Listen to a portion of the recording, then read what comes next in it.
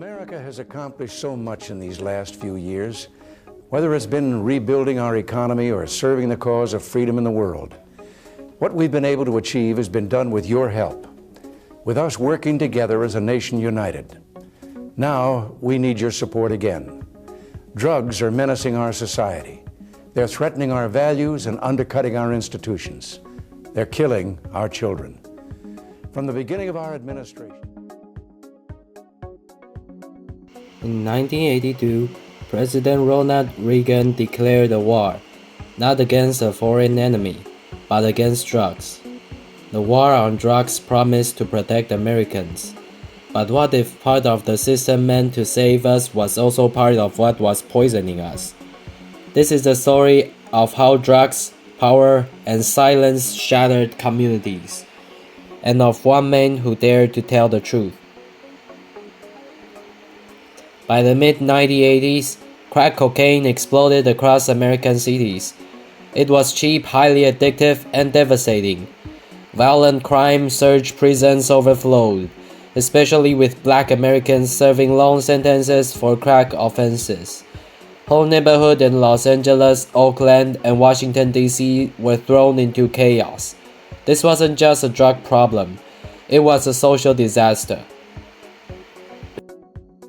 In 1996, investigative reporter Gary Webb published a series called Dark Alliance in the San Jose Mercury News. He claimed the CIA allowed cocaine traffickers to fund Nicaraguan Contras, while those drugs flooded black neighborhoods in America. Webb traced the drugs money from dealers in Los Angeles all the way back to the Contra rebels supported by the CIA.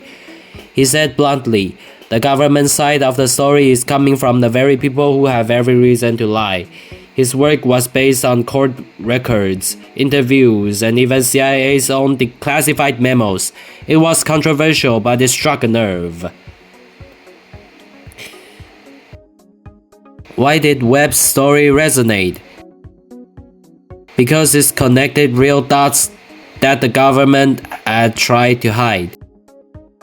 Declassified reports later showed the CIA knew some of its Contra allies were involved in the drug trafficking, but failed to stop or report it.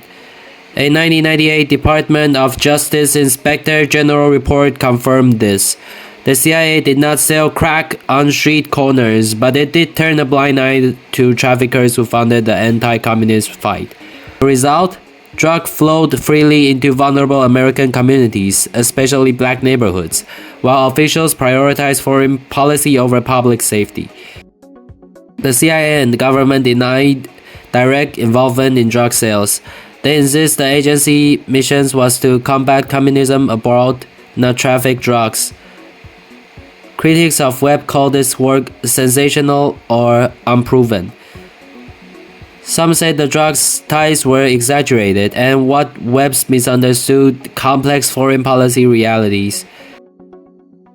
Still, official documents admitted failures, failing to stop known traffickers and failing to report their crimes. Many saw this as negligence, others suspected something more sinister.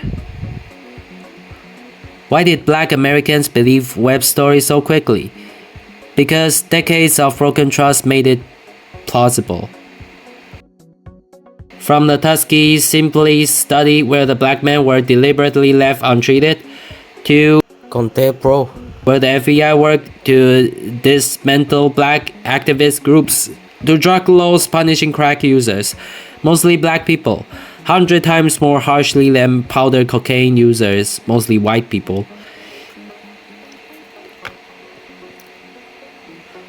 The government had a long history of deception and targeting black communities. Webb paid dearly for speaking out. Major newspapers like the Los Angeles Times and Time Washington Post attacked his reporting. His editors distanced themselves. He lost his job and faced professional exile. In 2004, Webb has found dead. 2 gunshots in the head, officially ruled suicide. But many remain skeptical. He paid the ultimate price for telling a story that someone didn't want told. The crack epidemic damage did not end in the 1980s.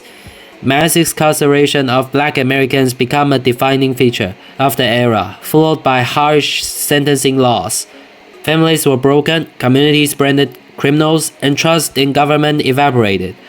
Today, the fentanyl crisis echoes this history. Another deadly drugs epidemic disproportionately impacts poor communities, with broken systems and unanswered questions. The top U.S. officials knew about Contra drugs ties as early as 1984.